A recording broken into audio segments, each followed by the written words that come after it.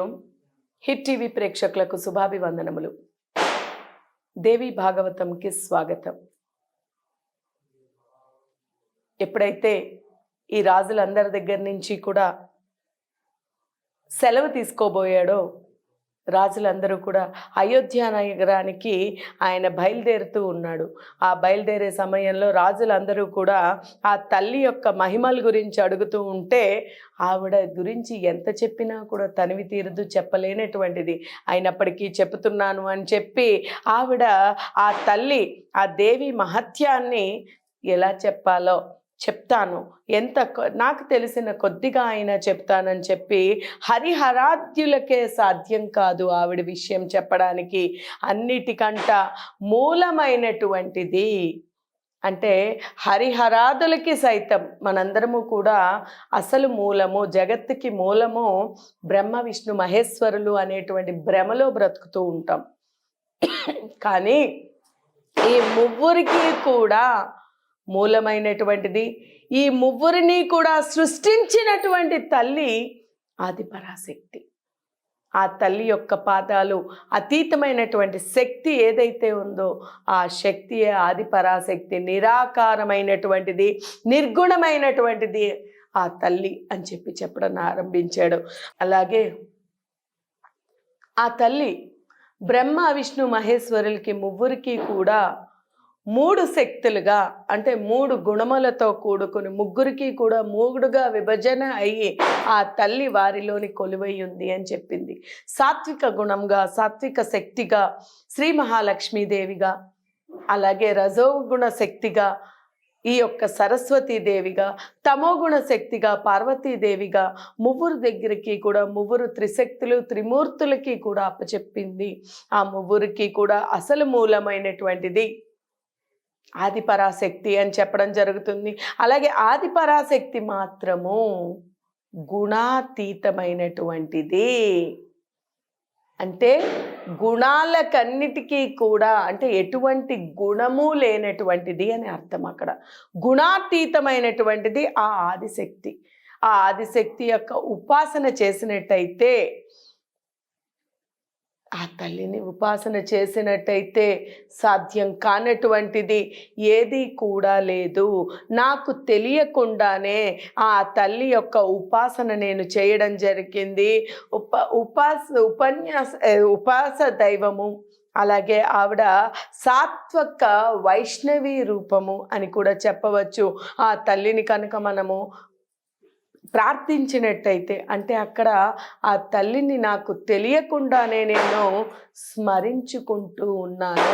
కొన్ని సంవత్సరాలు 14-15 నా యుక్త వయసు వచ్చేంత వరకు సర్వకాల సర్వావస్థల్లోని అన్ని సమయములలోని కూడా నేను ఆవిడ యొక్క మూల బీజాక్షర మంత్రాన్ని నేను స్మరిస్తూ ఉండడం వల్ల ఆ తల్లి యొక్క దర్శన భాగ్యంతో పాటు ఆ తల్లి యొక్క అనుగ్రహం కూడా నాకు లభించి ఆశీస్సులు పొందినటువంటి వాడిని.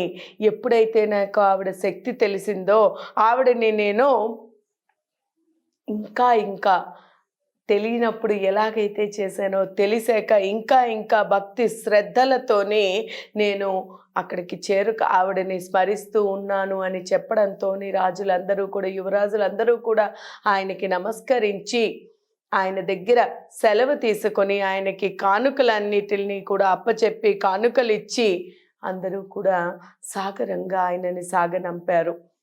ఎంతో ఆనందంతోనే ఆయనని అక్కడి నుంచి సాగనంపి వారు సైతం వెళ్ళిపోయారు. ఇక ఆయన అయోధ్యకు బయలుదేరారు. ఎప్పుడైతే అయోధ్యకి చేరుకున్నాడో చిన్నతనములోని తండ్రి యొక్క మరణానంతరము ఆయన రాజ్యాన్ని విడిచి వెళ్ళిపోయినటువంటి ఆయన ఆ రాజ్యంలోకి అడుగు పెడుతున్నాడు అని తెలిసేసరికి ఆ ప్రజలందరూ ఎంత ఆనందంగా ఉంటారో చెప్పండి. ఎందుకంటే సుదర్శనుడు చాలా సాత్వికుడు, నెమ్మదస్తుడు అని అందరికీ తెలుసు.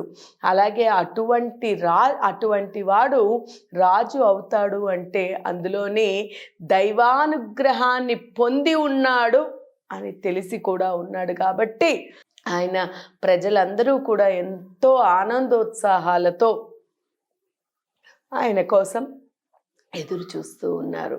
ఎప్పుడైతే ఆయన వస్తూ ఉన్నాడో ఆయనకి సాదరమైనటువంటి ఆయన సాగనంపు చేసి తీసుకువచ్చారు. రావడం రాజ్యంలోకి రావడము ఆయన యొక్క సంస్కారంగా ఆయన తన పినతల్లి దగ్గరికి, అంటే లీలావతి దగ్గరికి చేరుకున్నాడు.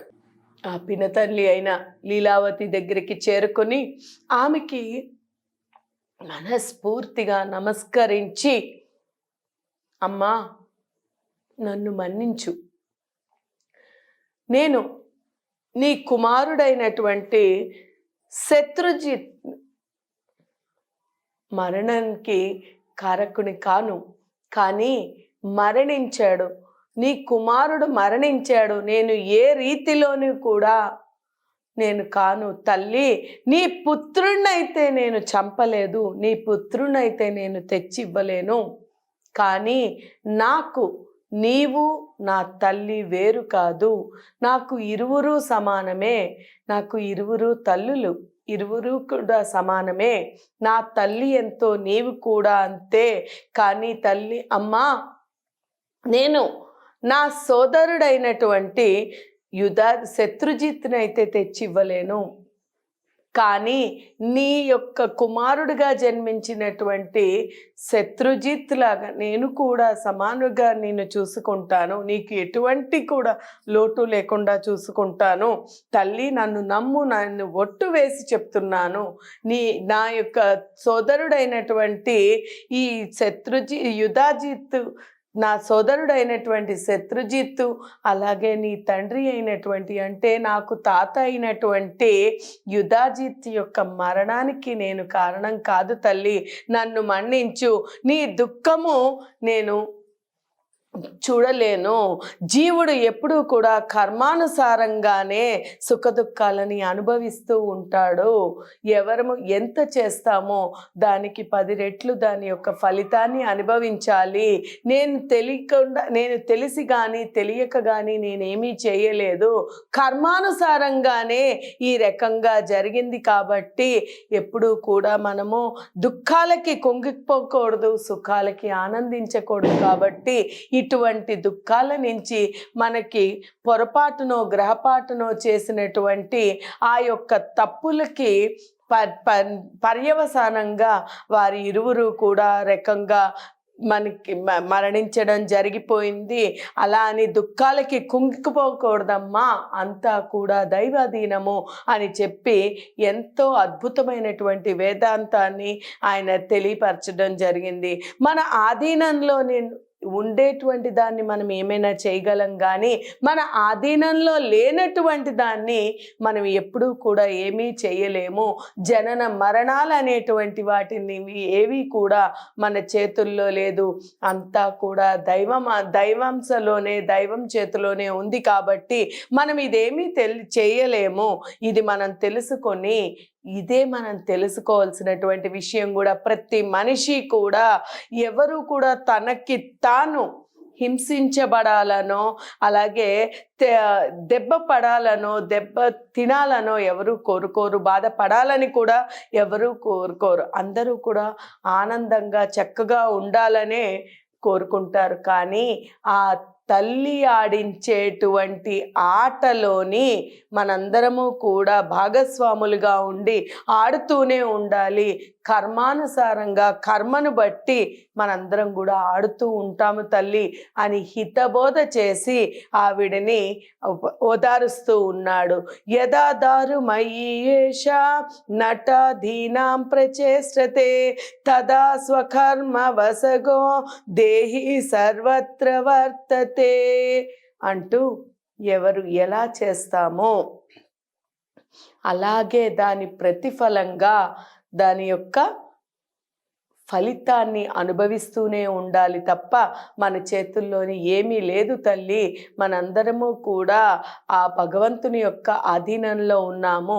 అందువల్ల దీన్ని అర్థము చేసుకో అని ఆ తల్లికి, అంటే తన పినతల్లి అయినటువంటి లీలావతికి పరిపిరి విధాలుగా హితబోధ చేసి ఇక రాజ్యాన్ని పాలించడం కోసం ఏం చేశాడు అనేది రాబోయే ఎపిసోడ్లో మనం తెలుసుకుందాము.